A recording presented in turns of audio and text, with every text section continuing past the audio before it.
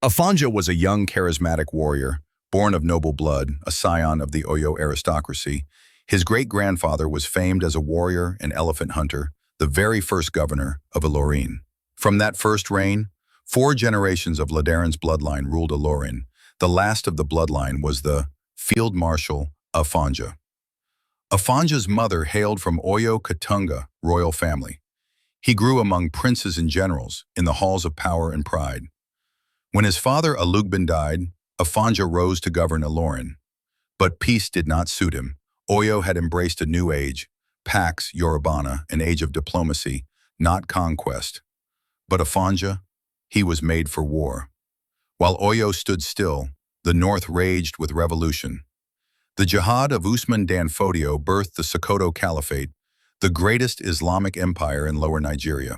When its wars calmed, its warriors, restless and eager, migrated south. Afonja welcomed them with open arms. Mercenaries, pastoralists, and displaced Hausa warriors arrived in Ilorin, men seasoned by holy war now ready for new campaigns. Afonja conscripted them into his growing army. These men, devout Muslims, would come to reshape Ilorin's soul. Among the noble converts was Solag Beru, the first Muslim among Oyo's nobility and Afonja's trusted friend. He was granted land on the city's border and founded a new community, Okesuna, the Hill of the Faithful.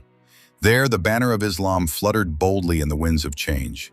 Then came Shehu Alimi, a Fula preacher, pious, meek, yet profoundly powerful.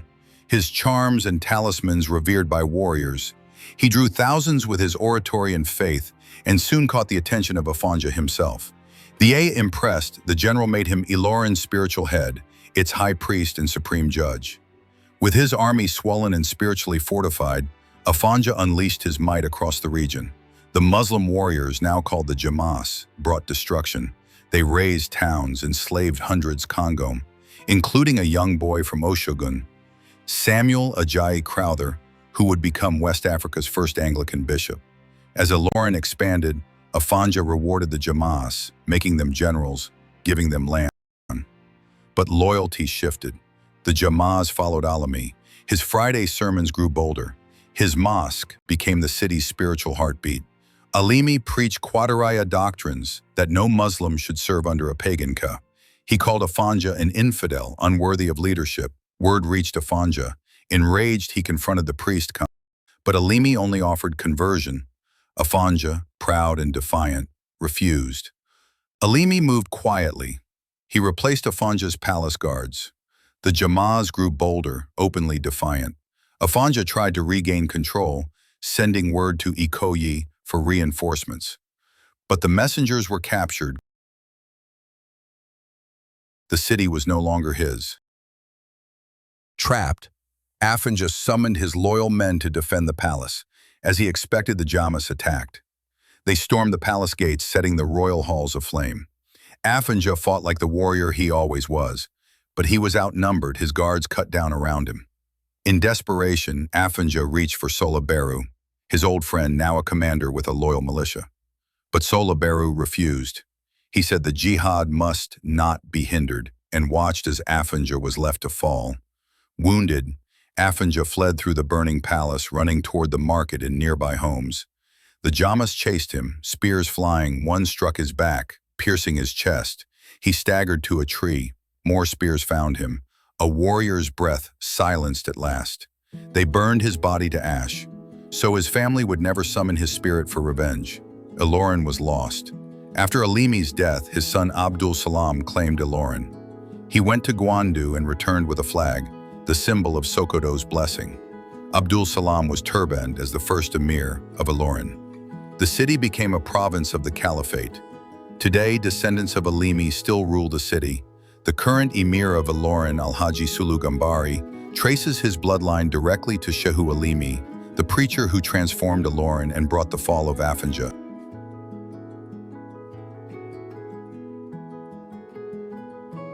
Afonja was a field marshal, a noble among nobles, a prince of the 4th generation, respected, revered, and feared in battle. But his death, slain by those he welcomed, shocked the courts of Oyao and left the nobility in bitter sorrow. More than his death, It was the silence of Salag Baru that stung. His old friend who stood aside when loyalty called loudest. Among those most broken was the warlord of Ogbomasho, veteran of 100 wars, Toyeje. Toyeje rose in grief and fury, promoted to Field Marshal of the Oyo army. He made a solemn vow to sack Ilorin, to purge the Jamas, and to restore Afonja's bloodline. His son, Oluyedun, among the ranks.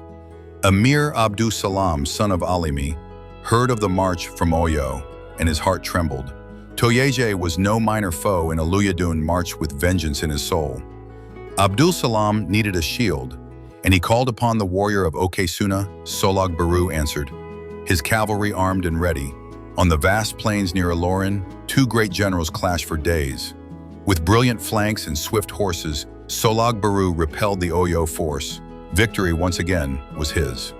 From that day, Salag Baru's name rang louder than any. He launched new campaigns into Yorubaland. Cities fell beneath his banner, tributes flowed into Okesuna.